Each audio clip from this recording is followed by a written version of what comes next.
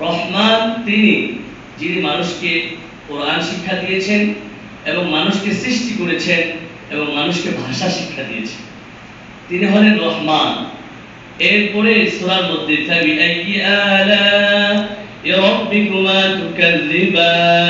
হে মানব, হে জিন জাতি, তোমরা তোমাদের রবের কোন কোন নিয়ামতকে অস্বীকার করো।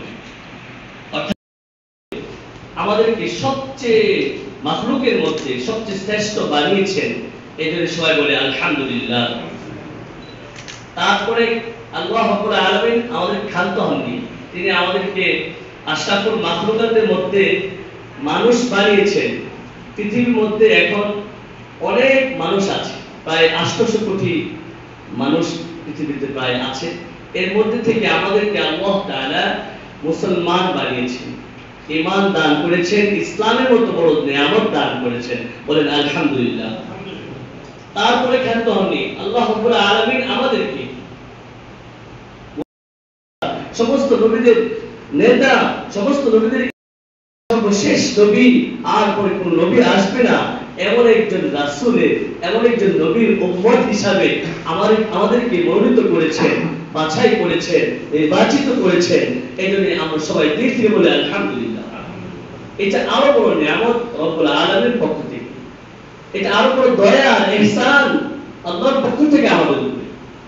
কারণ হলো যে অন্য পিছনের অনেক নবীরা পর্যন্ত বনী ইসরাইলের তারা মনে মনে খুব ইচ্ছা পোষণ করেছিলেন যে আমরা যেন শেষ নবীর উম্মত হতে পারি, কিন্তু আমরা আল্লাহ তাআলার দরখাস্ত ছাড়াই, আবেদন ছাড়াই মহান রব্বুল আলামিন আমাদেরকে শেষ নবীর উম্মত হিসাবে নির্বাচিত করেছেন।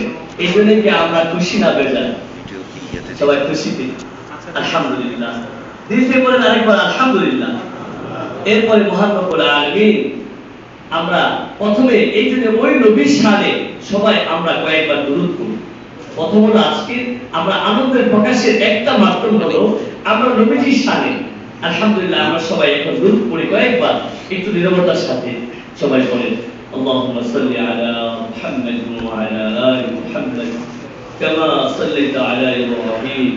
যারা উমরা গিয়েছেন, হজে গিয়েছেন, তারা সেই সবুজ গম্বুজ যেখানে যার নিচে নবীজির দুই সাথীকে নিয়ে সেখানে আছেন, কি অবস্থায় আছেন?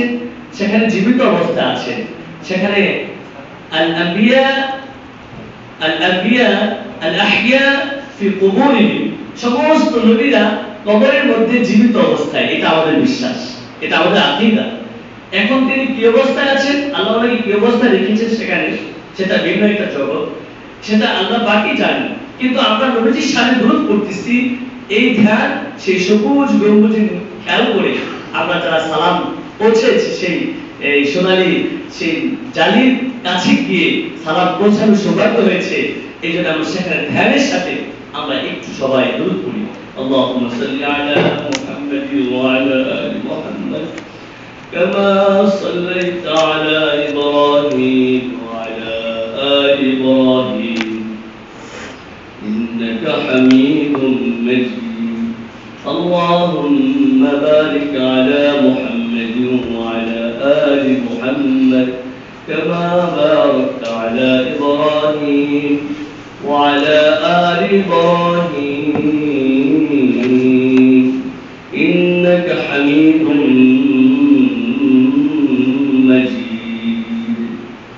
আমাদের যে কোনো দোষে করতে পারি সাল্লাল্লাহু আলাইহি ওয়াসাল্লাম, সাল্লাল্লাহু আলা মুহাম্মদ, সাল্লাল্লাহু আলাইহি ওয়াসাল্লাম, সাল্লাল্লাহু আলাইহি ওয়াসাল্লাম, সাল্লাল্লাহু আলাইহি ওয়াসাল্লাম। জাযাল্লাহু আন্না মুহাম্মাদান মা হুয়া আহলু, সাল্লাল্লাহু আলাইহি ওয়া আলা আলিহি ওয়া আসহাবিহি আজমাইন। আলহামদুলিল্লাহ। তো একবার দুরূদ শরীফ পড়লে আল্লাহর পক্ষ থেকে নবীজির বরকতে ওই উম্মতের উপর, তার উপর যদি কেউ ঈমানের সাথে একবার দুরূদ শরীফ পড়ে আল্লাহর পক্ষ থেকে 10টা রহমত তার উপর নাযিল হয়। এইজন্য আমরা পরীক্ষা হলে স্মরণ আসতেছে না, পেরেশান, মনটা খুব অস্থির, পেরেশান লাগতেছে, খুব অস্থির মন, তো আপনি দুরূদ শরীফ পড়েন, দুরূদ শরীফ পড়তে থাকেন, দেখবেন আপনার মন সুন্দর ফ্রেশ হয়ে গিয়েছে, দিনটা অন্তরটা একেবারে ঠান্ডা শীতল হয়ে গিয়েছে, আল্লাহর রহমতে ভরপুর হয়ে গেছে। ঘুম আসতেছে না, আমারটা বলি, আমার ঘুম আসে না মাঝে মাঝে, তো আমি দুরূদ শরীফ পড়তে থাকি, ঘুম আসে না। কেন? আল্লাহর রহমত প্রয়োজন আছে। ওষুধ খাইলে যে ঘুম আসবে তা না, ওষুধ খাওয়ার এই ঘুমের কি আছে? এটার মধ্যে আমরা আমলের থেকে মোতাবজ্জ হবো। আজকের এই মজলিস থেকে আমরা এই আমাকে 1 ঘন্টা সময় 11টা সময় দেওয়া হয়েছে, আমরা এখান থেকে কিছু নিয়ত করব, কিছু আমল করব এবং নবীজির সিরাত সম্পর্কে এক সঠিক তথ্য সহিহ বিষয়টাকে আমরা জানবো ইনশাআল্লাহ। আমার তাওফীক ইল্লা বিল্লাহ। আমি কিছু কিতাব মোতালা করে আসছি, দেখে আসছি। এর মধ্যে অন্যতম হলো আর রফিকুল মাখদুম, এই কিতাবটা আমি সাথে নিয়ে আসছি। এটা আপনারা সবাই কিনবেন, আমি আশা করছি, এটা আমার ইচ্ছা যে এই কিতাবটা নবীজির সিরাতের উপরে। আর রফিকুল মাখদুম গোটা আরব বিশ্বে এবং ন্যাশনাল কি বলে এটাকে, আন্তর্জাতিক ভাবে, ইন্টারন্যাশনাল ভাবে এটা এক গ্রহণযোগ্য একটি কিতাব। পুরো পৃথিবীর মধ্যে সবাই এই কিতাবটাকে চিনে এবং গ্রহণযোগ্য। এর মধ্যে আমরা এটা বাংলা হয়েছে আমাদের বাংলাদেশের জন্য, আলহামদুলিল্লাহ। আর রফিকুল মাখদুম মোহর অঙ্কিত জান্নাতি সুধা, এখানে নবীজির পুরো সিরাতটা সরল ভাষায় সুন্দরভাবে লিপিবদ্ধ আছে, একেবারে জন্ম থেকে নিয়ে মৃত্যু পর্যন্ত। কিন্তু আজকে এই অল্প সময়ে নবীজির সিরাত সম্পর্কে, নবীজির জন্ম সম্পর্কে আমরা আলোচনা করে এই 1 ঘন্টা শেষ হবে কি হবে কিনা? কখনো না। 1 দিন, 2 দিন, 1 মাস, 1 বছর, সারা জীবন যদি কেউ শেষ করে ফেলে তাহলে শেষ হবে। এই জন্য 100 মনীষী বই লিখেছেন, এর মধ্যে প্রথমেই রাসূলুল্লাহ সাল্লাল্লাহু আলাইহি ওয়াসাল্লাম জীবনীকে নিয়ে আসছে। কেন? ওনার আদর্শ, ওনার চরিত্র, ওনার পুরো লাইফ, পুরো জিন্দেগিটা এমন ছিল একেবারে স্বচ্ছ, একেবারে কোনো খুঁত নেই, যার জীবনের মধ্যে এত সুন্দর এক মহা মনীষী, মহা মানব আমাদের শ্রেষ্ঠ নবী মুহাম্মদ সাল্লাল্লাহু আলাইহি ওয়াসাল্লাম। আমরা ওনার আলোচনা আজকে শুনতে বসেছি। এটা আলহামদুলিল্লাহ আমাদের ডিজি মহোদয় যে এখানে আছেন উপস্থিত, ওনার সাথে যারা আজকের এই আয়োজনের জন্য আজকে আয়োজন করেছেন, আমি ওনাদের জন্য দিল থেকে, মন থেকে দোয়া করবো আল্লাহর কাছে। আমি দোয়া করবো, দোয়া চাচ্ছি। এত সুন্দর একটা অনুষ্ঠান এর আগে মনে হয় না এইভাবে হয়েছে, এই শিরোনামে হয়েছে। তো এত সুন্দর ভাবে যে আজকে একটা অনুষ্ঠানে আমাদেরকে আল্লাহ একত্রিত করেছেন, যেখানে আল্লাহ তাআলা রাসূলের আলোচনা হবে, ওই মজলিসকে ফেরেশতারা বেষ্টন করে রাখবে।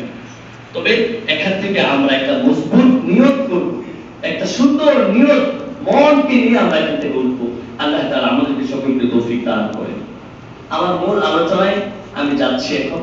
মূল আলোচনার আগে আমরা সবাই দুরূদ পড়েছি। নবীজির নাম শুনলে প্রথমবার দুরূদ শরীফ পড়া ওয়াজিব। প্রথমবার কি পড়া কি ওয়াজিব? ওয়াজিব মানে জরুরি। যখনই আমরা যেখানে নবীজির নাম শুনবো তখন আমরা কি বলবো? বলেন সাল্লাল্লাহু আলাইহি ওয়াসাল্লাম। যেখানে আমরা নবীজির নাম শুনবো, কেন? এটা আমাদের নবীজির প্রতি হক, এটা নবীজির হক, এটা আমাদের প্রতি নবীজির হক, আমাদের দুরূদ পড়া আমার সাথে। এজন্য আমরা সবাই দুরূদ পড়বো। একটা আমল আছে, কেউ যদি দুরূদ শরীফ পড়তে পড়তে নবীজির মহব্বতে সে ঘুমায় পড়ে, সুন্নতের উপর চলতে থাকে, ইনশাআল্লাহ সে স্বপ্নে যুগে নবীজিকে দর্শন লাভ করবে, নবীজিকে দেখবে ইনশাআল্লাহ। আমরা কি নবীজিকে দেখছি? কেউ দেখি না, কিন্তু নবীজির প্রতি আমরা বিশ্বাস করছি কিনা? কিন্তু নবীজিকে দেখতে চাই আমরা কিনা? চাই কিনা? সবাই চাই। দেখবো কোথায়? কবরে কষ্ট করা হবে, মা নবীকে, তোমার নবীকে ছিল এই যে ছোট। আরেকবার দেখা হবে সেই হাউজে কাউসারের পাশে। আর যারা নবীজিকে মহব্বত করবে, নবীজির সুন্নাত মতো চলবে, তারা জান্নাতে একসাথে, নবীজি বলেন মান আহাব্বা সুন্নতি ফাকাদ আহাব্বানি ওয়া মান আহাব্বানি কানা মাই ফিল জান্নাহ। যে ব্যক্তি আমার সুন্নতকে ভালোবাসবে সে যেন আমাকে ভালোবাসলো, আর যে আমাকে ভালোবাসলো আমি আর সে জান্নাতে, এই নবীজি বলেন আমি আর সে জান্নাতে একসাথে ভাবে থাকবো। তো আমরা চাই সবাই নবীর সাথে জড়িত থাকতে, ঠিক না? তাহলে আমাদের কিছু কাজ করতে হবে আমাদের হায়াতের মধ্যে, জিন্দেগির মধ্যে। সেটা কি? নবীজি সম্পর্কে পরিষ্কার ধারণা থাকতে হবে, সিরাত সম্পর্কে পরিষ্কার ধারণা থাকতে হবে। এজন্য আমি প্রথমেই বলবো যে আজকের দিনটা 12 রবিউল আউয়াল, আলহামদুলিল্লাহ বলেন এই দিনে একত্রিত হয়ে গেছে সবার আজকে।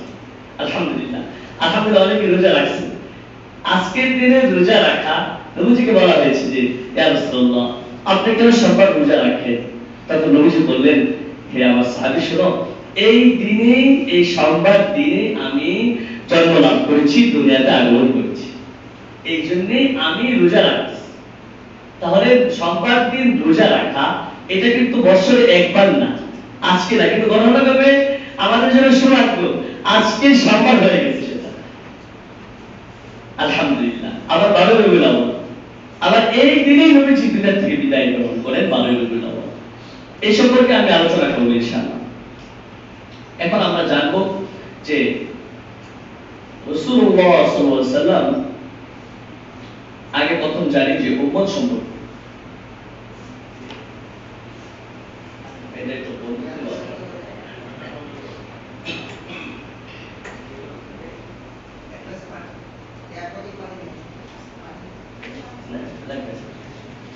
বলতেছিলাম যে রাসূলুল্লাহ সাল্লাল্লাহু আলাইহি ওয়াসাল্লামের উম্মত পৃথিবীতে কিয়ামত পর্যন্ত উম্মত আসতে থাকে। নবীজি বলেন আনা খাতামুন নবিয়্যিন লা নাবিয়্যা বা'দ, আমি সর্বশেষ নবী, আমার পরে আর কোনো নবী আসবে না। এটা আমরা সবাই বিশ্বাস করি কিনা? একটা গ্রুপ আছে এটা বিশ্বাস করে না।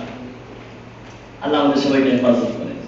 আমাদের বিশ্বাস সবাই যে আমাদের নবী সর্বশেষ নবী, ওনার পরে আর কোনো নবী আসবে না, এটা আমাদের বিশ্বাস, আকীদা। এটার উপরে আমাদের যেন মৃত্যু হয়, এটাই আসল আকীদা, বিশ্বাস। আল্লাহু আকবার।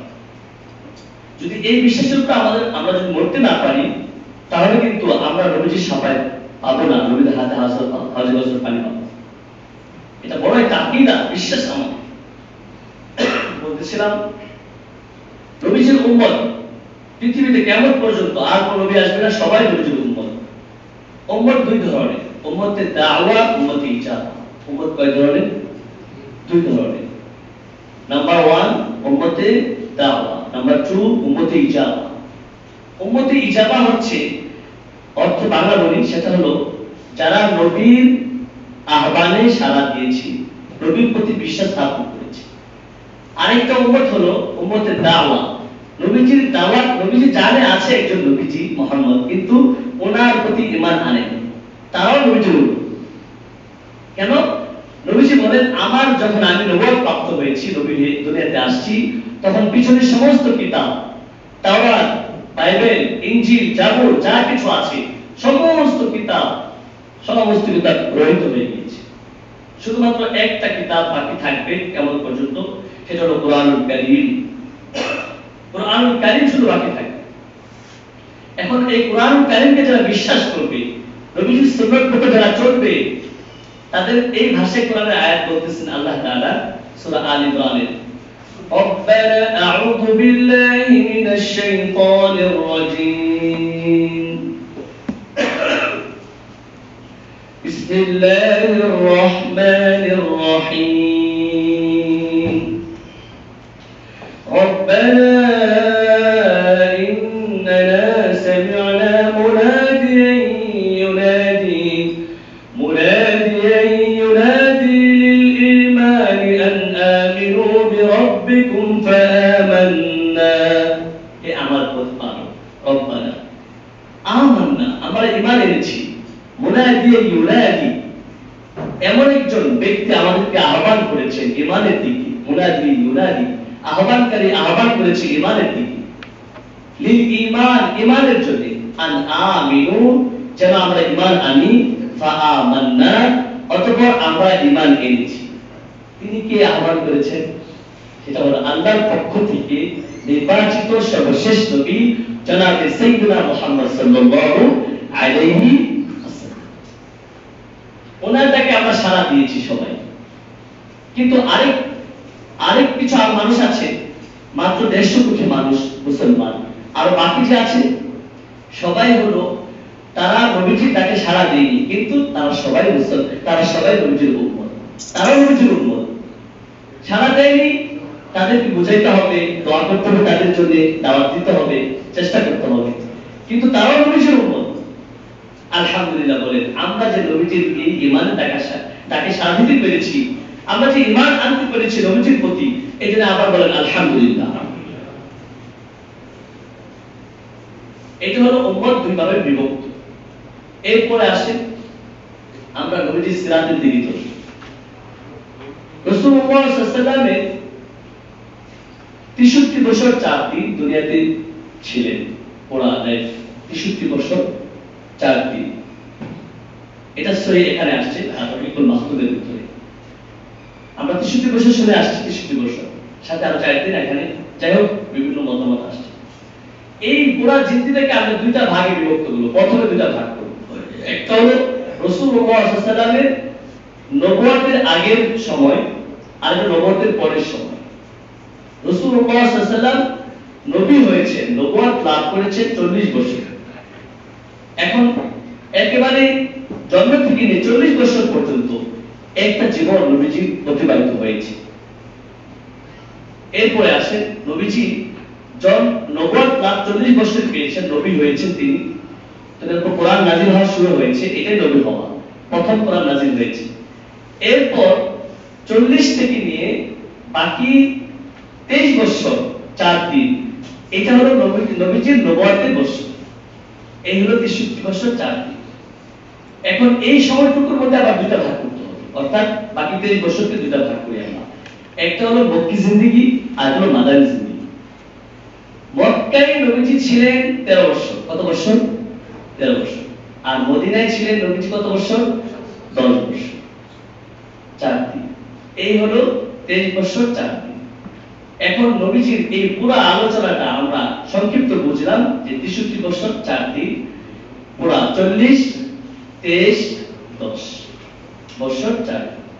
এই সময়টুকুর মধ্যে আমাদের সংক্ষিপ্ত আলোচনা, অল্প সময়ের মধ্যে আমরা কিছু জিনিস বুঝবো। এখান থেকে নবীজির সহিহ হাদিস থেকে আমরা জানবো ইনশাআল্লাহ। ওয়া তাফসীর দেখলাম নবীজি নবুয়ত লাভ পরে জগৎটা বলি, নবীজির নবুয়ত লাভের কথাটা বলি। আলহামদুলিল্লাহ, আল্লাহর মেহেরবানিতে নবীজি যেখানে নবুয়ত লাভ করেছেন সেটা হলো গাড়িঘাট। 1 ঘন্টার উপরে লাগে পাহাড়ে উঠতে, মক্কা থেকে পূর্ব দিকে। আলহামদুলিল্লাহ, আমি সেই পাহাড়ে উঠতে পেরেছি। আমি যখন এখান থেকে যাই, আমার স্যারকে বলছি, স্যার আমি যাচ্ছি উমরাতে, উমরার সফর, তো সবার কাছে দোয়া চেয়েছি। আলহামদুলিল্লাহ, সেখানে যাওয়ার পর মক্কাতে ছিলাম 8 দিন, মদিনাতে ছিলাম 5 দিন। তো আমি যেহেতু কয়েকদিন আগে আসলাম, এই গত মাসে, এই মাসের শেষ শুরু থেকে আমি উমরা থেকে আসলাম। এই জন্য আমার কাছে এই বিষয়গুলো অনেকটা স্পষ্ট এবং আমার দিল থেকে এই কথাগুলো আসতেছে, মনে হচ্ছে যে আমার মন থেকে এগুলো কথা আসতেছে। আমি যেন দেখে আসছি নবীজির কুরবানি, নবীজির ত্যাগ, নবীজির এত কষ্ট আর মুজাহাদা, এই সব কিছু মক্কা মদিনায় পরিষ্কারভাবে নবীজির জন্ম থেকে নিয়ে মৃত্যু পর্যন্ত সব কিছু বিদ্যমান। যেন নবীজি কত কষ্ট করেছে, এত ডিগ্রি তাপমাত্রা, এর মধ্যে দিয়ে নবীজি সেই পাহাড়, এতগুলো পাহাড় অতিক্রম করেছে। মক্কা থেকে মদিনায় প্রায় 400 কিলোমিটার দূরত্ব, সেখানে নবীজি কিভাবে উটের সফর, পায়দল সফর করেছে। আর নবীজির পুরো লাইফটাই এক কুরবানি, মুজাহাদা। এই কুরবানির কারণে আজকে আমরা দিন পেয়েছি, এই দিনের মতো ইসলামের মতো নিয়ামত পেয়েছি। আল্লাহ তাআলা আমাদেরকে সকলকে এই নিয়ামতের কদর করার তৌফিক দান করেন। বলছিলাম রাসূলুল্লাহ সাল্লাল্লাহু আলাইহি ওয়াসাল্লাম সেই গায়ে হেরাতে নবুয়ত প্রাপ্তি হন। তিনার স্ত্রী সহধর্মী আম্মা জান খাদিজাতুল কুবরা, যার নাম না বললেই নয়, উনি আমাদের আম্মা। ওনার বয়স তখন প্রায় 53 বছর, 55 বছর। যখন নবীজি নবুয়ত, যখন তিনি বিবাহ করেন আম্মা জান, তখন ওনার বয়স 40, নবীজির বয়স 25। আর যখন তিনি নবুয়ত পান তখন 25 থেকে 40, অর্থাৎ কত বছর? 15 বছর, 15 বছর ডিফারেন্স। তো 40 থেকে 55 বছর বয়স না। তা আমি চিন্তা করলাম, আমার সেখানে উঠতে এত কষ্ট হয়েছে, সেই প্রায় 1 ঘন্টার উপরে লাগে, এত তাপমাত্রা দিয়ে আমি সেখানে উঠছি। কিন্তু নবীজি সেখানে ছিলেন একটা সুন্দর ছোট্ট একটা গুহা, সেই গুহার মধ্যে ধ্যান অবস্থায় ছিলেন। ওহী আসার আগে সেখানে প্রতিদিন খাবার নিয়ে যেতেন কে? নবীজি সহধর্মিনী আম্মা জান খাইরুল কুররা। এত কষ্ট করে সে পাহাড়ে উঠতেন। আমি অবাক হয়ে গেছি যে একজন বৃদ্ধা মহিলা আম্মা জান এত বয়স্ক হয়েও তিনি কিভাবে এই পাহাড়ে খাবার নিয়ে নবীর জন্য কত মহব্বত করেছেন, কত ভালোবেসেছেন। তিনি সেই পাহাড়ে উঠছেন। নবীজির ভালোবাসা, একমাত্র নবীজিকে এত ভালোবাসছে। এই জন্য নবীজিকে সব থেকে বেশি ভালোবাসতে হবে, না হলে কিন্তু নবীজির হাতে হাতে হাতে হাতে হাত মোবারক থেকে হাজে কাউসারের পানি আমরা পান করতে পারবো না কখনো। সবচেয়ে বেশি ভালোবাসতে হবে। একবার ওমর ফারুক রাদিয়াল্লাহু তাআলা আনহু বলে, প্রকৃতপক্ষে সত্যিকার ভাবে ওই ব্যক্তি প্রকৃত মুমিন হতে পারবে না যতক্ষণ না সে তার জান থেকে, তার সন্তান থেকে, তার স্ত্রী সন্তান থেকে, তার পিতামাতা থেকে, সবার থেকে আমার ভালোবাসা তার কাছে প্রাধান্য না পাবে। এজন্য আমরা সবচেয়ে বেশি কাকে ভালোবাসবো? রাসূলুল্লাহ সাল্লাল্লাহু আলাইহি ওয়াসাল্লাম। আল্লাহ তার রাসূলের ভালোবাসা সবচেয়ে বেশি রাখতে হবে। এখন ভালোবাসাও দেখা যাচ্ছে, দেখা যায় কি কেউ কাউকে ভালোবাসে এটা কি দেখা যায়? এটা হলো কিছু অবস্থা, কিছু তার তার চলা, তার ফেরা, তার তার বাহ্যিক কিছু অবস্থা প্রমাণ করবে হ্যাঁ সত্যিকার সে তাকে এত ভালোবাসে। তার আচরণ, তার আচরণে বলে দিবে সে তাকে কত ভালোবাসে। কিরকম আচরণ? প্রথমত একটা মানুষের জীবনটা যদি রাসূলুল্লাহ সাল্লাল্লাহু আলাইহি ওয়াসাল্লামের আদর্শ মতো হয়ে যায়, সুন্নত মতো হয়ে যায়, যে সে প্রত্যেকটা কাজের মধ্যে সে খেয়াল করে যে আমি এখন খানা খেতে বসেছি, দস্তরখানা রাখতে, আমি এখন ভাতরে ঢুকতেছি, ওয়াশরুমে যাচ্ছি, তো আমি এখন বাম পা দিয়ে ঢুকতে হবে, দোয়া করতে হবে। ওয়াশরুম থেকে বের হওয়ার সময় ডান পা দিয়ে বের হইতে হবে। গাড়িতে উঠতে হবে ডান পা দিয়ে, গাড়ির দোয়া করতে হবে, ঘুমানোর দোয়া করতে হবে, খানার দোয়া করতে হবে। এই যে প্রত্যেকটা সময় মুহূর্ত, সে অফিসে যাবে, সে লেখালেখি করবে, যাই করুক না কেন, তার অল লাইফ সে খেয়াল করবে যে রাসূলুল্লাহ সাল্লাল্লাহু আলাইহি ওয়াসাল্লামের সে সুন্নাত মতো হচ্ছে কিনা। প্রত্যেকটা কাজ খেয়াল করবে, তাহলেই বোঝা যাবে সত্যিকার সে নবীজিকে ভালোবাসে, নবীজির চেহারাকে ভালোবাসে, নবীজির চেহারা। আল্লাহু আকবার। আমি আসলে এক কথা থেকে আরেক কথায় চলে কেন যাচ্ছি জানেন? মানে সেটা হলো যে নবীজির কথাগুলো এমন যে একটা থেকে আরেকটা কিভাবে চলে যায় আমি নিজেও উপলব্ধি করতে পারি না। নবীজির চেহারা, রাসূলুল্লাহ সাল্লাল্লাহু আলাইহি ওয়াসাল্লামের চেহারা মুবারক, রং মুবারক, এটুকু বলে শেষ করি। শুধু কেমন ছিল? লাল সাদা মিশ্রণ এবং বাদামি, লাল সাদা একেবারে। ঈসা আলাইহিস সালাম ছিল সুন্দর সাদা ধবধবে, আর ঈসা আলাইহিস সালাম আর নবীজির মধ্যে পার্থক্য এটা ছিল, ওর মধ্যে লাল মিশ্রণ ছিল, সাথে লাল সাদা দুইটা মিশ্রণ ছিল, সাথে বাদামিও মিশ্রণ ছিল। এত সুন্দর একটা রং। উনি যখন কথা বলতেন এই সামনের দাঁত নবীজি মুবারক থাকা ছিল, এই সামনের দাঁতটা, এখান থেকে নূর চমকাইত। নবীজির শরীরে ঘাম আর থুতু মুবারক থেকে বেশটা আম্বরের সুগন্ধ ছড়াইত। একজন কথা চলে আসছে, একজন সাহাবীর মেয়ের বিবাহ, ইয়া রাসূলুল্লাহ আমি আপনাকে দাওয়াত করছি আমার মেয়ের বিবাহ। ঠিক আছে, দাওয়াত নবীজি গ্রহণ করলেন। বললেন তাহলে এখন কি করতে হবে? বলছে তোমাকে আমি একটু হাদিয়া দিচ্ছি, তুমি বোতল নিয়ে আসো। তো ছোট্ট বোতল নিয়ে আসছে, নবীজির ঘাম এভাবে নবীর শরীর থেকে ঘাম এরকম ভাবে ঘাম বের করে ঘাম দিয়ে দিচ্ছে চাও। তখন এই ঘাম বিয়ের অনুষ্ঠানে লাগাইছে চতুর্দিকে। বলছেন যে যারা সেই বিয়ের অনুষ্ঠানে গিয়েছিলেন সবাই বলে যে পুরো মদিনা যেন সুঘ্রাণে ভরে গিয়েছে সেই বিবাহ অনুষ্ঠান।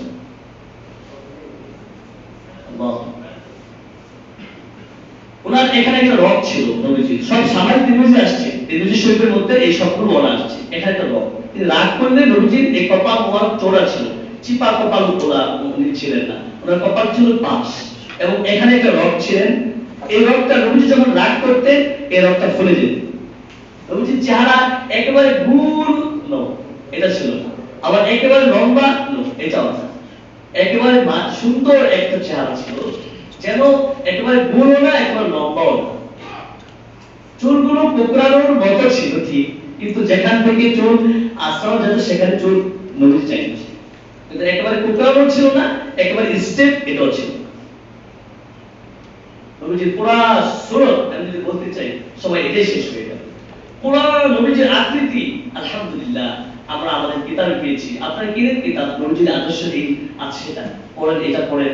সামাজিক তিরমিজি কিনবেন, সামাজিক তিরমিজির মধ্যে নবীজির আকার আকৃতি সব আসছে, ওটা কিনবেন আর এটা কিনবেন, এই দুইটা গেলে এনাফ আলহামদুলিল্লাহ।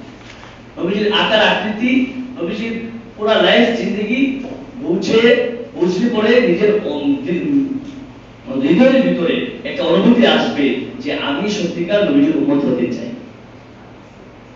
আসেন তারপরে আমার আসল কথা দেখি, তখন সেই হেরা গুহাতে প্রথম কোরআন নাযিল হলো, নবুয়ত জিবরিল আলাইহিস সালাম, যিনি সমস্ত ফেরেশতাদের সর্দার, যিনি পা জমিনে দাঁড়াইলে তার মাথা আসমানে ঠেকতো, এত বড় একজন ফেরেশতা যিনি ওহী নিয়ে আসতেন, 24,000 বার নবীর কাছে ওহী নিয়ে আসছেন।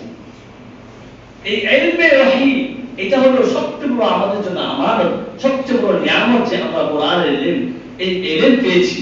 বলেন আলহামদুলিল্লাহ। আমাদের সন্তানদেরকে আমরা কোরআন শিখাবো, হাদিস শিখাবো, প্রাথমিক শিক্ষাটা দিব ইনশাআল্লাহ।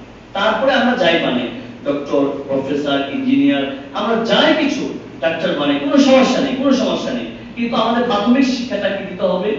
অবশ্যই কোরআন, হাদিস, সুন্নাহ এটা শিখাইতে হবে আমাদের সন্তান। আল্লাহ তাআলা আমাদের সকলকে তৌফিক দান করেন। এরপরে বলছিলাম যে রাসূলুল্লাহ সাল্লাল্লাহু আলাইহি ওয়াসাল্লাম প্রথম আসছেন নবীজি জিবরিল আলাইহিস সালাম মানুষের সুরত ধরে। ওই গুহার মধ্যে আমি যখন দাঁড়াইছি নামাজের জন্য, তখন আমার থেকে এতটুকু আর বাকি ছিল পাথর, মানে এতটুকু লম্বা হলে আমি ঠিক যেতাম, এতটুকু উঁচা। সেখানে নামাজ পড়তে সবাই, মেয়েরা যাচ্ছে, ছেলেরা যাচ্ছে, ওখানে উঠতেছে। তো আমি নামাজ পড়লাম দুই রাকাত। সেখানে নামাজ পড়লাম কি কোন সূরা দিয়ে, যে এখানে যে 5টা আয়াত নাযিল হয়েছে, প্রথম নবী নবুয়ত লাভ করেছে এই 40 বছর বয়সে। জিবরিল আলাইহিস সালাম মানুষের সুরত ধরে এসে বলছে ইকরা, আপনি পাঠ করুন। তখন উনি বলেন আনা লাইসা বিকারি, আমি পড়তে জানি না। তখন তিনি নাকি জড়ায় করলেন। জিবরিল আলাইহিস সালাম যিনি সমস্ত ফেরেশতার সর্দার, উনি যদি নবীকে চাপ দেন, বল কত কষ্ট হবে। এটা একটা কষ্ট, নবীজির প্রথম কষ্ট। এটা কোরআন শিখার মাধ্যমে হলো এটা। যেতে হবে বাসায় গিয়ে না, আমাকে যেতে হবে পড়ার জন্য, সেখানে যেতে হবে যেখানে আমি এলেম পাবো, সেখানে আমি যাবো। হুজুর আসেন আমার বাসায়, তো ইকরা, আপনি পড়েন। আনা লাইসা বিকারিন, আমি পড়তে জানি না, আমি পড়তে জানি না। আবার চাপ দিলেন নবীজিকে, জিবরিল আলাইহিস সালাম মানুষ করে আসছে, চাপ দিলেন, খুব জোরে চাপ দিলেন, বলে আনা লাইসা বিকারিন। এইভাবে তিনাকে 3 বার চাপ দেওয়ার পরে বললেন পড়েন। তখন নবীজির মুখ থেকে এই 5টা আয়াত সূরা আরাফের, আমি এই মানুষের ট্রেনিং শুরু হওয়ার আগে প্রথম আমি তেলাওয়াত করেছি। আমাদের সচিব মহোদয় যে আসছিলেন, এই প্রথম এই 5টা আয়াত আমি তেলাওয়াত করেছি। আমি আবার বলছি, আউযু বিল্লাহি মিনাশ শাইতানির রাজীম, বিসমিল্লাহির রাহমানির রাহিম, ইকরা বিসমি রাব্বিকাল্লাযী খালাক, খালাকাল ইনসানা মিন আলাক, ইকরা ওয়া রাব্বুকাল আকরাম, الذي علم بالقلم, علم الإنسان ما لم يعلم। এই 5টি আয়াত পড়ুন, পাঠ করুন আপনি আপনার প্রতিপালকের নামে, যিনি সৃষ্টি করেছেন, যিনি মানুষকে সৃষ্টি করেছেন জমাট রক্ত থেকে। পাঠ করুন, আপনার প্রতিপালক অত্যন্ত দয়ালু। আপনি পাঠ করুন, যিনি মানুষকে শিক্ষা দিয়েছেন কলমের সাহায্যে, যিনি মানুষকে শিক্ষা দিয়েছেন ওই বিষয় যা মানুষ জানত না। বলেন আমাদেরকে কে শিখাইতেছে? কে শিখাচ্ছে বলেন? আমাদের এই সব শিক্ষার ব্যবস্থা, কলম আর এই ব্রেন, এটা কে দিয়েছে বলেন? মহান আল্লাহ। এখান থেকে প্রথম নবীজির শিক্ষার গুরুত্ব, মানুষকে শিক্ষা লাভ করতে হবে এবং মানুষের সৃষ্টি হয়েছে জমাট রক্ত থেকে। মানুষের চিন্তা করতে হবে আমার অস্তিত্ব কোন জায়গা থেকে আসছে। আল্লাহ তাআলা আমাদেরকে আমল করার বুঝার তৌফিক দান করুন। বলতেছিলাম এরপর নবীজি নবুয়ত পেয়েছেন, নবুয়তের এই বছর শুরু হয়েছে। মাঝখান থেকে এই অধ্যায়টা আমি টেনেছি এই জন্য, এটা গুরুত্বপূর্ণ অধ্যায়। এখন আমি চলে যাই পুরা 63 বছরে নবীজির এই পুরো লাইফের সংক্ষিপ্ত একটা আলোচনা, যেটা আমার মূল আলোচনা। সেটা হলো রাসূলুল্লাহ সাল্লাল্লাহু আলাইহি ওয়াসাল্লাম জন্ম লাভ করেছে। আজকের যে শিরোনাম দিয়েছি ঈদুল মিলাদুন নবী, এখানে ঈদ আমি মিলাদুন নবী বলবো। এখন নবীজির জন্ম আনন্দ হওয়া এটাই স্বাভাবিক, এই জন্য আনন্দিত হয়েছে আমরা অবশ্যই। কিন্তু আমার এই দিনে যে আমার নবীজির মৃত্যু, আমরা আনন্দ কিভাবে হব? আমরা আনন্দ হব কিভাবে? এই জন্য আমরা নবীজির জন্ম বা এই সম্পর্কে কতটুকু পালন করব, সহিহ হাদিস কোরআনে কি আসছে এই ব্যাপারে আমরা এখন জানব। মিলাদুন নবী, মিলাদ মানে মিলাদ, এখানে ওয়াও কি ওয়াও ওয়াও, মিলাদুন নবী শব্দটা এখান থেকে সংস্কার করে এটা বাংলাতে হয়েছে মিলাদুন নবী। ঈদ মানে আনন্দ, ঠিক আছে, কিন্তু মিলাদুন নবী অর্থ হলো নবীজির জন্ম। মানে কি? নবীজির জন্ম। এখন নবীজির জন্মে আমরা আনন্দিত অবশ্যই, কিন্তু এটা আমরা কিভাবে প্রকাশ করব? প্রকাশ করার মাধ্যমটা কি? যেটা নবীজি করেছেন ওইটা আমরা প্রকাশ করব। নবীজি কি করেছেন বলে দিচ্ছি। প্রথমে রাসূলুল্লাহ সাল্লাল্লাহু আলাইহি ওয়াসাল্লাম প্রথমে বলেছিলেন, ইয়া রাসূলুল্লাহ আপনি কেন সবার রোজা রাখেন? তখন নবীজি বললেন, আমি রোজা রাখি এই জন্য যে এই দিনে আমি দুনিয়াতে আগমন করেছি, এই জন্য আমার রবের শুকরিয়া, আলহামদুলিল্লাহ, এই শুকরিয়া স্বরূপ আমি এই দিনে রোজা রাখি। এই জন্য এই সপ্তাহে রোজা রাখা নফল সুন্নাত এটুকু শুধু আমরা রাখতে পারি, না রাখতে পারি, রাখলে সওয়াব হবে, না রাখলে গোলামি, কোনো সমস্যা নেই। কিন্তু রাখবো কেন? নবীজির মহব্বত, নবীজির ভালোবাসায় যে নবীজি রোজা রাখছে। এখন আসেন, তাহলে এই দিনে এতটুকু শুধু আমল পাওয়া যায়, এছাড়া কোনো আমল, কোনো সুখ, কোনো দুঃখ বা এটা মনের ভিতর থাকবে, এটার জন্য এক্সট্রা কোনো আমল, অতিরিক্ত কোনো কাজ, কোনো শরীয়তে, কোনো বিধানে, কোনো কোরআন হাদিসে সহিভাবে প্রমাণিত নেই। যদি কেউ করে অতিরিক্ত, সেটা হবে বিদআত, বিদআত, বিদআত। বিদআতকারীর আমল কোনো কিছু আল্লাহর কাছে কবুল হবে না। এবং নবীর কাছে অনেকে যাবে, মুখে দাড়ি, পাগড়ি, খুব সুন্দর অবস্থায় যাবে। তখন নবীজির পাশে যাওয়ার পরে সহিহ হাদিস আসছে, একটা পর্দা ফেলে যাবে, পর্দা টেনে দেওয়া হবে, সবাই থেমে যাবে বসে। তারা, নবীজি বলবেন যে তারা কেন আমার কাছে আসতে পারতেছে? তখন বলবে, ইয়া রাসূলুল্লাহ, তারা সব দেখেন চেহারা তো অনেক সুন্দর, সবই ঠিক ছিল, কিন্তু তারা আপনার মৃত্যুর পরে তারা দ্বীন নামে এমন জিনিসকে চালিয়েছে যা দ্বীন ছিল না। দ্বীনের অতিরিক্ত যেটা দ্বীন মনে করে তারা ইবাদত মনে করে করছে, কিন্তু এই যেটা আপনি বলেন নাই, আপনার সাহাবীরা বলেন নাই, এমন কাজ করছে না। তখন নবীজি সহকান বিমান হইল বাদি, তোমরা চলে যাও এখান থেকে, আমার উপরে যারা অতিরিক্ত করেছো, আমার দ্বীনের উপর ভিত্তি করেছো, তোমরা আমার থেকে চলে যাও। এই জন্য বেদাত করা যাবে, বেদাত কোনো কাজ যেন আমরা না করি। আজকের শিক্ষা আমরা আজকে এখান থেকে এটা শিখবো যে বেদাত আর শিরক, আল্লাহ আমাদের সকলকে হেফাজত করেন, বেদাত আর শিরক বলেন আমিন। এরপরে আসে রাসূলুল্লাহ সাল্লাল্লাহু আলাইহি ওয়াসাল্লামের জন্ম। এই ব্যাপারে মুহাম্মদ ইবনে কাসির আল বিদায়া ওয়ান নিহায়া বড় কিতাব, এই কিতাবের মধ্যে 7টা অভিমত পেশ করেছে। 7টা অভিমত। কেন? তখন তো হিজরি সন শুরু হয়, তখন হিজরি সন ছিল, খ্রিস্টাব্দ ছিল, কিন্তু হিজরি সন শুরু না হতে নবীজির জন্ম একইভাবে, জন্ম কবে হয়েছে এটা একই ছিল সম্মান, কিন্তু সেটা কয় তারিখ ছিল, তারিখ নিয়ে ইখতিলাফ, তারিখটা নিয়ে মতানৈক্য সৃষ্টি হয়েছে। যেহেতু তখন এরকম ভাবে গণনা করার একটা বড় কোনো মাধ্যম ছিল না। যাই হোক, 7টা অভিমত। একটা শুনেন, রবিউল আউয়াল মাসের 2 তারিখ। কে বলছেন? আল্লামা ইবনুল কাসির, মুহাম্মদ ইবনে কাসির রাহমাতুল্লাহ আলাইহি তার কিতাবের মধ্যে 2 তারিখ, রবিউল আউয়াল মাসের 2 তারিখ। তবে চলে গেছে, অনেক আগে চলে গেছে। এরপরে আসেন রবিউল আউয়াল মাসের 8 তারিখ, তারপরে বলেছেন 12 তারিখ, তারপরে বলেছেন 17 তারিখ, তারপরে বলেছেন রবিউল আউয়াল মাস শেষ হইতে 8 দিন বাকি থাকা অবস্থায় আমি জন্ম লাভ করেছি। তারপরে বলেছেন রমজান মাসের 12 রমজানে নবীজি জন্ম লাভ করেছেন। আরেকটা অভিমত পেশ করেছে। এইভাবে মোটামুটি 7টা অভিমত পেশ হয়েছে। তবে সবচেয়ে বিশুদ্ধ মত হলো রবিউল আউয়াল মাসের, তিনি বলেন রবিউল আউয়াল মাসের 8 তারিখ, 8ই রবিউল আউয়াল সকলের নিকট এটা বিশুদ্ধ। আর প্রসিদ্ধ কোনটা? প্রসিদ্ধ হলো 12 রবিউল আউয়াল। কেন? সেটাও সহিহ হাদিসে বর্ণিত আসছে 12 রবিউল আউয়াল। যাই হোক, আজকে 12 রবিউল আউয়াল। তাহলে প্রসিদ্ধ আর বিশুদ্ধ দুই জিনিস, প্রসিদ্ধ আর বিশুদ্ধ। তাই বিশুদ্ধ কোনটা বলেন? 8 রবিউল আউয়াল। আর প্রসিদ্ধ কোনটা?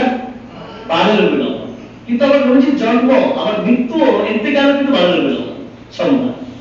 তাহলে যদি আজকে আমরা ধরি যে প্রসিদ্ধ অনুযায়ী যে আজকে নবীজির জন্ম মৃত্যু, তাহলে আমরা কি আজকে আনন্দ করতে পারবো? তাহলে 8 রবিউল আউয়াল যে আমরা ব্রেক করি, যারা চলে গিয়েছে, তাহলে ওই দিনে নবীজি বিশুদ্ধ মত, সমস্ত মুহাক্কিক উলামায়ে কেরাম বিশুদ্ধ কোন অনুযায়ী, সেটা হলো এক বিশুদ্ধ মত 8 রবিউল আউয়াল। কিভাবে কেন জানেন? নবীজির নবীজি জন্ম লাভ করেছে হস্তি বাহিনী। তখন একটা হিসাব করার একটা মাধ্যম ছিল, বড় কোন ঘটনার কেন্দ্র করে। তখন মক্কার মধ্যে সবচেয়ে বড় ঘটনা হয়েছে হস্তি বাহিনী, হাতি বাহিনী কাবাকে ধ্বংস করতে আসছে সেই আব্রাহা, সেই ইয়ামান থেকে। তখন আল্লাহ তাআলা আবাবিল পাখি না, ঝাঁকে পাখি না, আবাবিল প্রসিদ্ধ হয়ে গেছে আমরা, আবাবিল পাখি। আসলে এই কথা একটা ভুল, একটা সবার অভিমত। আসলে আবাবিল পাখি না, আসলে বলবো কি আমরা ঝাঁকে আবাবিল মানে ঝাঁকে পাখি আল্লাহ প্রেরণ করছে। অয়ন আবাবিল মানে কি অর্থ বলেন? আবাবিল পাখি, ঝাঁকে পাখি। এটা অনেক ইয়া হয়ে গেছে। এখন শুনেন, এই ঝাঁকে পাখি প্রেরণ করছে হস্তি বাহিনীকে একেবারে ধ্বংস, আল্লাহ কাবা ঘরকে রক্ষা করছেন, আল্লাহর ঘরকে হেফাজত করছেন। এই ঘটনার 50 দিন পরে নবীজি জন্ম লাভ করেছে। বাস এখান থেকে বের করা যাবে যে নবীজি আসছে, নবীজি 8 রবিউল আউয়াল এখান থেকে নিয়ে। কেন? হস্তি বাহিনীর ঘটনা মুহররম 13 দিন শেষ হওয়ার আগে, মুহররম শেষ হইতে 13 দিন বাকি, এটা বিশুদ্ধ। যে হস্তি বাহিনীর ঘটনা মুহররম শেষ হওয়ার 13 দিন আগে এই ঘটনা ঘটছে। 13 দিন আগে মানে কি? 17, 18, এই তো 17 অথবা 18। যদি 30টা মাস যায় তাহলে 18, আর 29 হলে 17। তাহলে এখান থেকে হিসাব করেন 50 দিন সামনে আগে। মুহররম, সফর, রবিউল আউয়াল, সেই 8 রবিউল আউয়াল দাঁড়াবে, সেটা হলো 8 রবিউল আউয়াল। এটা বিশুদ্ধ সকলে। যাই হোক, আমরা জানলাম যে নবীজির জন্ম বিশুদ্ধ হলো 8, আর বিশুদ্ধ আর প্রসিদ্ধ হলো 12 রবিউল আউয়াল। সেটাও কেন? বুখারীতে আসছে সেটা অভিমতটা। কিন্তু একটা সমস্যা হলো, মরণকারী যাত্রী মরণ করবে, ওনার জন্ম মৃত্যু 24 বছর ডিফারেন্স ছিল। এই জন্যই সমস্যাটা, না হলে ওইটাও বিশুদ্ধ মত হইবে। কেন? ওটা বুখারীর একজন রাবী বড়, কিন্তু তারপর হয় না কেন? জন্ম আর মৃত্যু তার অনেক ডিফারেন্স ছিল। তাদের যিনি মরণ করছেন, যাত্রী মরণ করছেন, উস্তাদ ছাত্রের মাঝে 24 বছর ডিফারেন্স। এই কারণে ওই 12 রবিউল আউয়ালটা ওটা বিশুদ্ধ হয় নাই, প্রসিদ্ধ হয়েছে। যাই হোক, অনেক কথা এর মধ্যে। এখন নবীজি জন্ম লাভ করেছেন, দুনিয়াতে আসছেন একেবারে 8 রবিউল আউয়াল পরে 12 রবিউল আউয়াল, একেবারে সকাল সুবহে সাদিক। তখন রাত গড়িয়ে যখন সূর্য উদিত হবে, এর আগ মুহূর্তে আমিনা ওনার আম্মা, আল্লাহু আকবার, ওনার ঘরে জন্ম লাভ করেন। তিনি আসেন দুনিয়াতে। তখন তিনি বলেন যে যদি যখন জন্ম লাভ করেন, আমার ঘরটা নূরে আলোকিত হয়ে গিয়েছে, এত আলোকিত হয়েছে যে আমি যেন পারস্য এবং রোম, তখনকার পরাশক্তি, এখন তো পরাশক্তি আমেরিকা, তখন পরাশক্তি ছিল সেই তুরস্ক এবং ইরাক, ওটাকে বলা হয় পারস্য রূপ। ওই পরাশক্তি সমস্ত প্রাসাদগুলো যেন আমেনার চোখে ভাসতে ছিল, অর্থাৎ ওনার মাধ্যমে আল্লাহ তাআলা এই সমস্ত বিজয় দান করবেন। এরপরে আরো অনেক ঘটনা আসছে, তবে ওইগুলোর ঘটনা অস্তিত্ব পাওয়া যায় না। বিভিন্ন মরদ আসছে, যেরকম প্রাসাদে কি বলে কায়সারের সেই 14টা গম্বুজ খসে যায়, 100 বছরের আগুন জ্বলতেছিল, সে আগুন নিভে যায়। ওই মতগুলো আমরা না বলাই ভালো, ওইগুলোর মধ্যে বিভিন্ন কথা আছে। যাই হোক, এখন পাইলাম যে নবী জন্ম লাভ করলেন। আসার পরে নবীজি দুনিয়াতে প্রথম দুধ পান করেন নবীজি তিনার আম্মার। কয়দিন? মাত্র 5 দিন, 4 থেকে 5 দিন দুধ পান করেন। এরপরে দুধ পান করেন কার? তিনার নবীজির আপন চাচা আবু লাহাব। সে কিন্তু ইসলাম গ্রহণ করে নাই, চলে যান দুনিয়া থেকে ইসলাম গ্রহণ না করে। মারা যায়। নবীজি দুশমন ছিল পরবর্তীতে। তার সে যখন শুনছে যে ভাতিজার জন্মগ্রহণ করেছে, নবীজি তো আব্বা আব্দুল্লাহ আগে ইন্তেকাল করেছে, কিন্তু 571 খ্রিস্টাব্দে নবীজি জন্ম লাভ করেন। 570 খ্রিস্টাব্দে তিনার আব্বা আব্দুল্লাহ সেই মদিনাতে ইন্তেকাল করেন। আর দেখা হয়নি, সফরেই সে ইন্তেকাল, তিনি সিরিয়াতে ব্যবসা করতে গিয়েছিলেন, সেখানে ইন্তেকাল করেন। এখন তিনি এই এতিম শিশু জন্মগ্রহণ করেন। তিনার দাদা আব্দুল মুত্তালিব খুশি হয়ে ওনাকে কুলে নিয়ে কাবা ঘরে গিয়েছে। কাবা ঘরে চত্বরে গিয়ে হাত দিচ্ছে, বলতেছে আল্লাহ ইয়া রাব্বি লাকা হামদ, আল্লাহ আপনার প্রশংসা আমি করতেছি, আপনি আমার নাতি দিয়েছেন, এত সুন্দর, কত সুন্দর। এর অনেক খুশি হয়েছে উনি। এরপরে এই সংবাদ যখন আবু লাহাব জানলো, ওনার আরেকজন চাচা, তখন তিনি খুশি আনন্দে এইভাবে দেখেন, এইভাবে, যাও সোহাইবা, তুমি আমার দাদি, তোমাকে আজাদ করে দিলাম, যাও। খুশির আনন্দে বলে, যাও তোমাকে আজাদ করে দিলাম। এই যে আজাদ করছেন কেন? নবীজির মহব্বত, নবীজির ভালোবাসায় আজাদ করে দিয়েছেন। গোলাম আজাদ করা কিন্তু অনেক বড় বিষয়, একটা গোলামের দাম অনেক বেশি। তখন আবু লাহাব যখন দুনিয়া থেকে বিদায় নেয় কাফের অবস্থায়, আল্লাহ ওনাকে জাহান্নামে নিক্ষেপ করেন। কিন্তু কিন্তু এই দিনে তখন আব্বাস রাদিয়াল্লাহু আনহু, ওনার চাচা, আরেকজন চাচা আব্বাস, উনি স্বপ্নে দেখেন যে ভাই তোমার কি অবস্থা, আল্লাহ আমাকে আযাবে গ্রেফতার করেছে, কিন্তু মেহেরবানি সেই যেদিন 8 রবিউল আউয়াল বা 12 রবিউল আউয়াল, যেদিন আমি সোহাইবাকে আযাদ করেছি, আমার দাদিকে, আমার ভাতিজার জন্মের সুসংবাদ শুনে, মুহাম্মদের সুসংবাদ শুনে, সেই দিন এখান থেকে এক গ্লাস পানি, এত মিষ্টি পানি, মধুর থেকে মিষ্টি পানি বের হয়, আমি শুধু এটাকে খেয়ে ফেলি আর মনে হয় যে আমি জান্নাতে চলে যাব। আল্লাহ আমাকে এত নিয়ামত দিয়েছে, শুধু আমি রাসূলুল্লাহ সাল্লাল্লাহু আলাইহি ওয়াসাল্লামকে মহব্বতে শুধু আমার বাড়িকে আজাদ করে দেওয়া, এত ভালোবেসেছে শুধু এতটুকুর কারণে। তাহলে বলেন, আমরা নবীজিকে যদি ভালোবাসি, সত্যিকার নিজের জীবন ব্যবস্থাকে সুন্দর করি, আমার লাইফকে সুন্দর করি, সুন্দর করে সাজাই, তাহলে নবীজি আল্লাহ কত ভালোবাসবেন আমার প্রতি। আল্লাহ আমাদের সকলকে নবীজির খাঁটি উম্মত হওয়ার তৌফিক দান করুন। এরপর নবীজি তোমরা সোহাইবা আবু লাহাবের স্ত্রী, আবু লাহাবের বাদীর দুধ পান করে প্রতিদিন। এরপর হালিমাতুস সাদিয়া আসে, 2 বছর সেখানে দুধ পান করে। সেখানে নবীজির পক্ষকে বিতরণ করা হয়, চাক করা হয়। নবীজির এই হার্ট সার্জারি, এখান থেকে সমস্ত ডাক্তার সায়েন্স তারা হার্ট সার্জারি শিখছে এখান থেকে। নবীজির হার্টকে বক্ষকে দুজন ফেরেশতা সাদা পোশাক পরে এসে নবীজির এই বক্ষকে পুরো ওপেন হার্ট সার্জারি করে পুরো হার্টটাকে বের করে, যেন সমস্ত খারাপ থেকে নবীজির হার্ট অন্তরটা পবিত্র থাকে। এই জন্য হার্ট জমজম পানিতে ধৌত করা হয়, সুন্দর পাত্রের মধ্যে রেখে। তো এই যে হার্ট সার্জারি, এটাকে 4 বার করা হয়। একবার নবীজির এই 2 বছর শিশু অবস্থায় সেই তায়েফে হালিমাতুস সাদিয়ার বাড়িতে নবীজি দুধ পান। আরেকবার করা হয় যৌবনের আগে মানুষের একটা অবস্থা সৃষ্টি হয়, তো তখন নবীজির হার্ট সার্জারি করা হয়। আরেকবার করা হয় মেরাজে যাওয়ার আগে, নবীজি যখন ঊর্ধ্বগণ 7 আসমান জমিন ভ্রমণ করবে, তখন নবীজিকে হার্ট সার্জারি করা হয়। আরেকবার করা হয় যখন রাসূলুল্লাহ সাল্লাল্লাহু আলাইহি ওয়াসাল্লাম নবুয়ত পাবেন, সে গায়ে হেরাতে নবী হবে, এর আগে আরেকবার করা হয়। এই 4 বার নবীজির লাইফের মধ্যে হার্ট ওপেন সার্জারি করা হয়। কে বলেন? হযরত হযরত নবীজির সবচেয়ে বড় কাছের খাদেম ছিলেন আনাস, 10 বছর খাদেম করেছেন, খেদমত করেছেন। নবীজি কখনো বলেন না, হে আনাস তুমি কেন এই কাজটা করলে, কেন করলে না, এতটুকু কথা বলেন নাই। কত বড় আখলাক, চরিত্র কত সুন্দর নবীজি, একবার বলেন নাই। আমরা একটু ধমক মারি, এটা হয়েছে, এটা হয়েছে, কিন্তু নবীজি কোনদিন বলেন নাই যে তুমি কেন এই কাজটা করছো, কেন করলে।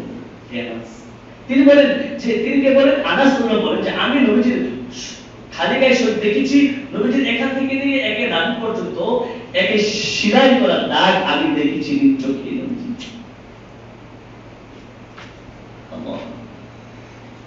এরপর নবীজির বংশ, রাসূলুল্লাহ সাল্লাল্লাহু আলাইহি ওয়াসাল্লামের বংশ একেবারে আদম আলাইহিস সালাম পর্যন্ত একটু শুনে নিন। শুরু মুহাম্মদ সাল্লাল্লাহু আলাইহি ওয়াসাল্লাম, ওনার আব্বা আব্দুল্লাহ, ওনার আব্বা মুহাম্মদ বিন আব্দুল মুত্তালিব বিন হাশিম বিন আব্দুল মানাফ বিন কুসাই বিন কিলাব বিন মুররা বিন কাআব বিন গালিব বিন ফাহল বিন নদর বিন কানানা বিন খুযাইমা বিন মুদরিকা বিন ইলিয়াস বিন মুররা বিন নদর বিন মাআদ বিন আদনান। নবীজি এই পর্যন্ত বলে থেকে যেতেন, আসতেও যেতেন নবীজি, আর বলতেন না। এরপরে কিছু দূর গিয়ে ইসমাঈল ইবনে ইব্রাহিম, ইসমাঈল আলাইহিস সালাম ইব্রাহিমের বংশ থেকে নবীজি আসছে। আর ওদিকে ঈসা আলাইহিস সালাম চলে গেছেন বনি ইসরাঈলের দিকে, বর্তমান ইহুদি সম্প্রদায়। কিন্তু ইসমাইল আলাইহিস সালাম থেকে এদিকে আমাদের নবী চলে আসছেন, আমরা ওনার উম্মত হয়েছি। দুটা ভাগ শাখা হয়েছে সেখান থেকে, ইহুদি নাসারা খ্রিস্টান সম্প্রদায় আর আমাদের এখান থেকে নবী। এখান থেকে যে নবীজি বলেন আদনান পর্যন্ত এভাবে নবী থেমে যান, এরপরে ইব্রাহিম, ইসমাইল, ইব্রাহিম, এভাবে একেবারে আদম আলাইহিস সালাম পর্যন্ত নবীজির বংশধারা আছে কিতাবে, এখানে আছে আলহামদুলিল্লাহ, আপনি দেখলে পাবেন। তো এরপর নবীজি আস্তে আস্তে বড় হলেন, বিভিন্ন জায়গায় সফর করলেন, আমাদের হাজের বিবাহ করলেন, 4 জন সন্তান নবীজির।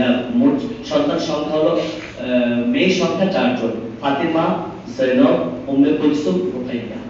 কলিজার টুকরা ফাতিমা, যিনি সমস্ত জান্নাতীদের সর্দার হবে।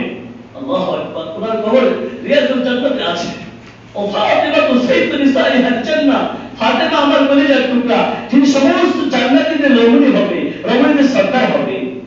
কি গুণ ছিল না, একটা মেয়ে মানুষ কত গুণ বড় ছিলেন, আল্লাহ কত ভালোবাসতেন, নবীজি কত ভালোবাসতেন। নবীজি ইন্তেকালের সময় কানে বলেন, হে ফাতিমা, আমার তোমার আব্বার এই অসুখকে দুনিয়া থেকে চলে যাবে, কানে কানে বলছেন। তখন আম্মা জান ফাতিমা কান কন্দন করতে লাগলেন। একটু পরে বলেন, দেখো তুমি কান্দা না, আমার মৃত্যুর পরে সর্বপ্রথম তুমি আসে সাক্ষাৎ করবা। হাসান হুসাইনকে চোখা দিলেন নবীজি, এটা ভালো নবীর আমল ছিল। অসুস্থ অবস্থায় দুনিয়া থেকে চলে যান, ওটা আমি পরে বলছি একটু পরে, আর এক মিনিট। এরপর রাসূলুল্লাহ সাল্লাল্লাহু আলাইহি ওয়াসাল্লাম পুরো লাইফ জিন্দেগি মক্কার কাফেররা, আরেকজন বললাম ফাতিমা, জয়নব, উম্মে কুলসুম, রুকাইয়া, ওনাদের 4 জনের কবর যারা তো বাকিতে আছে, 4 জন কবর যারা তো বাকি। ওনার স্ত্রী ছিল 11 জন, এর মধ্যে আমাদের খাদিজা হচ্ছেন কুমারী, আর বাকি সব কুমারী ছিলেন না।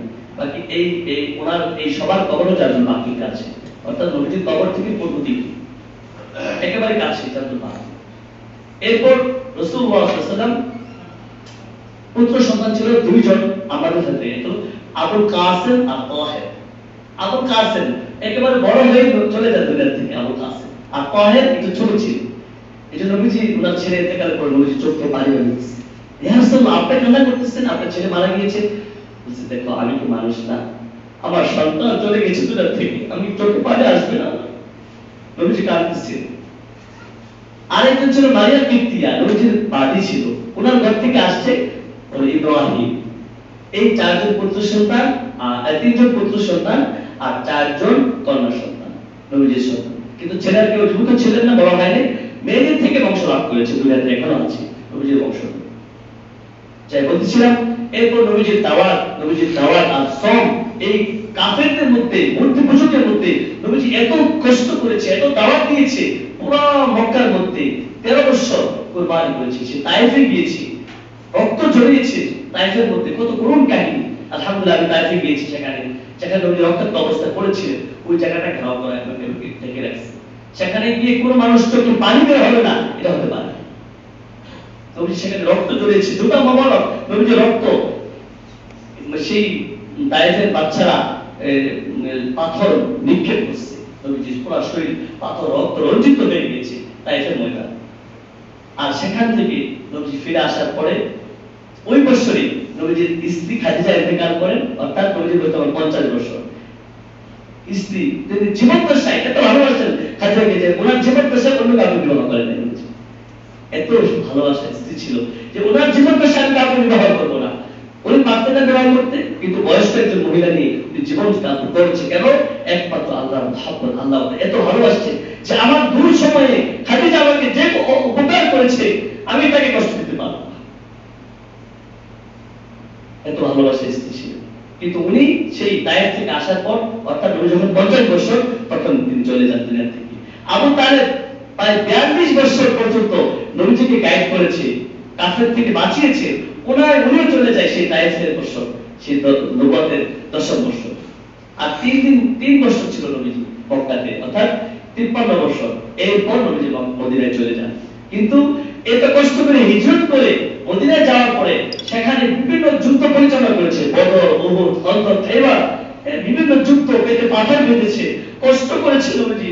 সেই উহুদ প্রান্তে এখনো সেই প্রমাণ আছে, নবীজি যখন পাথর এরকম তীর নিক্ষেপ করতেছিল, নবীজি তান্ডার মোবারক শহীদ হয়ে গিয়েছে। নবীজি কাতর অবস্থায় সে পাহাড়ে গিয়েছেন, সেই পাহাড়ে যাওয়ার পরে আল্লাহ বলছে, হে পাহাড়, হে পাথর, পাহাড় তুমি নবীজির জন্য মেহরাব হয়ে যাও। তখন আস্তে করে এখনো আছে ওই পুরো পাথরটা, আল্লাহ তাআলা রব্বুল আলামিনের হুকুমে পাথরটা, পাহাড়ের শক্ত পাথর এরকম মেহরাবের মতো সুন্দর ঘরের মতো হয়ে গেছে। নবী সেখানে বিশ্রাম নিলেন আহত অবস্থায়।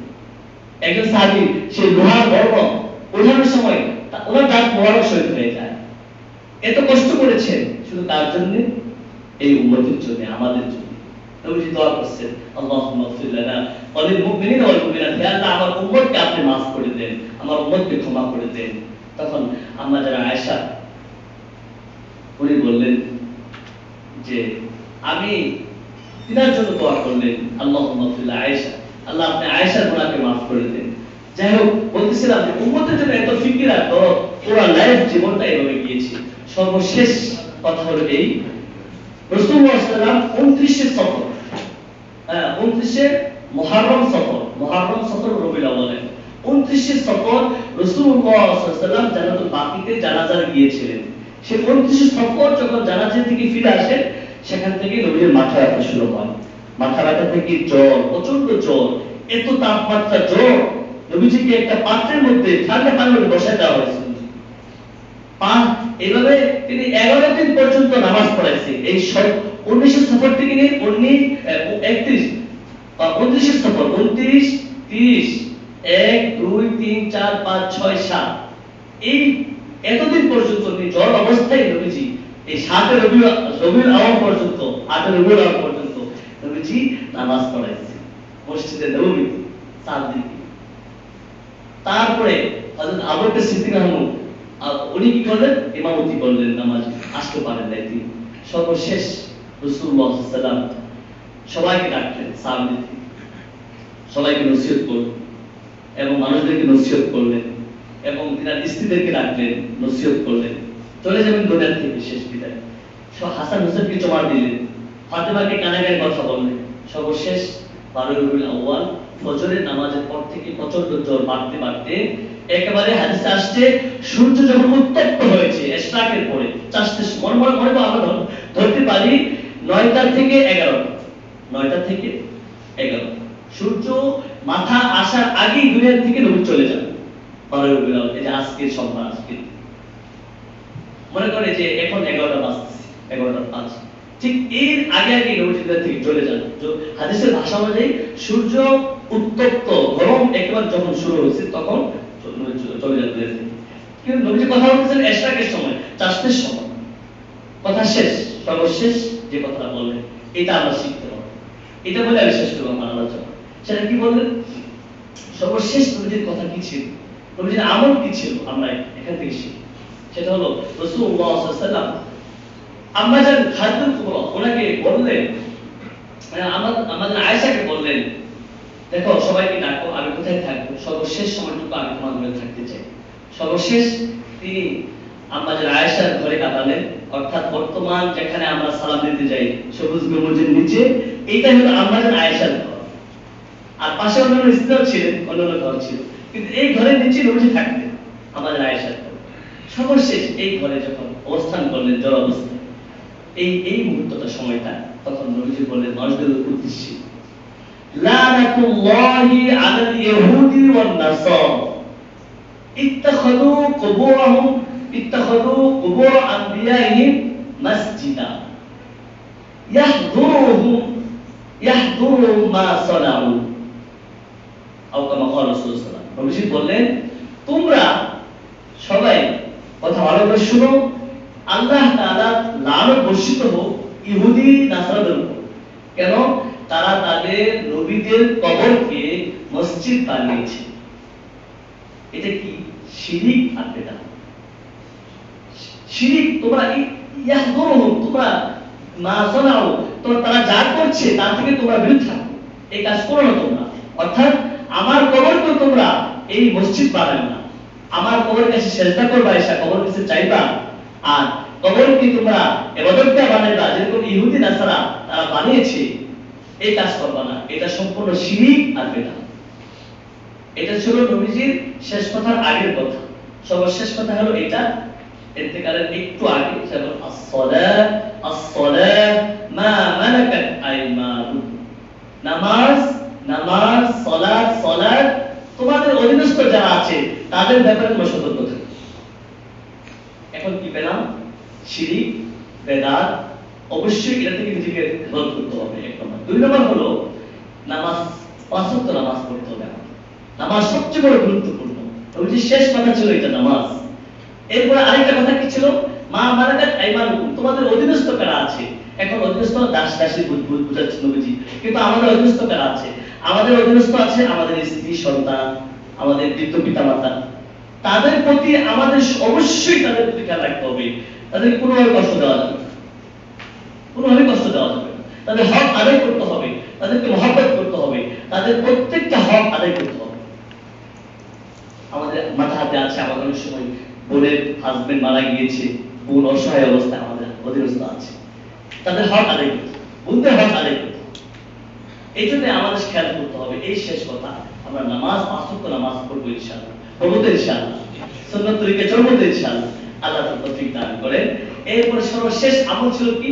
আম্মা জান আয়েশা বলেন সর্বশেষ যে নবীজি আমার কুলে এবং আমার গ্রীবা, আমার বক্ষের মাঝখানে নবীজি ইন্তেকাল করেছে। এটা আল্লাহর পক্ষ থেকে আমার উপর দয়া।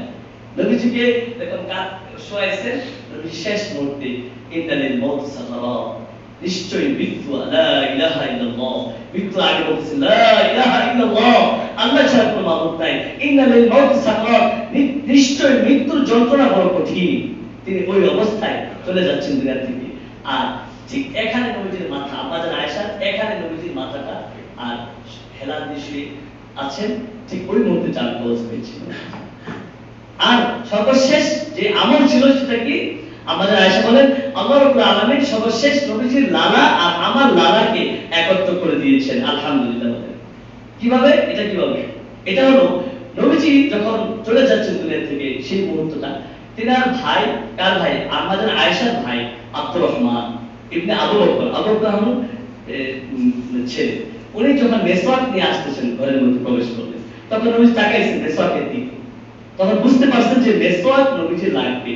তখন আমাদের আয়েশা অনেক বুদ্ধিমতী ছিলেন, উনি বুঝে ফেললেন যে মেসওয়াক চাচ্ছেন নবীজি। বলছে ইয়া রাসূলুল্লাহ, মেসওয়াক লাগবে আপনার? যে হ্যাঁ, মেসওয়াক লাগবে। তখন নবীজি মেসওয়াক, ওনার থেকে একটা মেসওয়াক, যে কোনো একটা মেসওয়াক উনি চাবাইছেন, মুখের লালা চাবাইছেন, চাবায় নরম করে নবীজিকে দিলেন।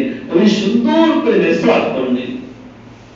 নবীজি বলেন লাউলা আশুক্কা আলা উম্মতি, যদি আমরা আমার উম্মতের উপর ভয় না হতো, না আমার তো বিসওয়াক ইনদা কুল্লি সালাত, আমি প্রত্যেক নামাজের শুরুতে আমি তাকে ফরজ করে দিতাম মেসওয়াক করা।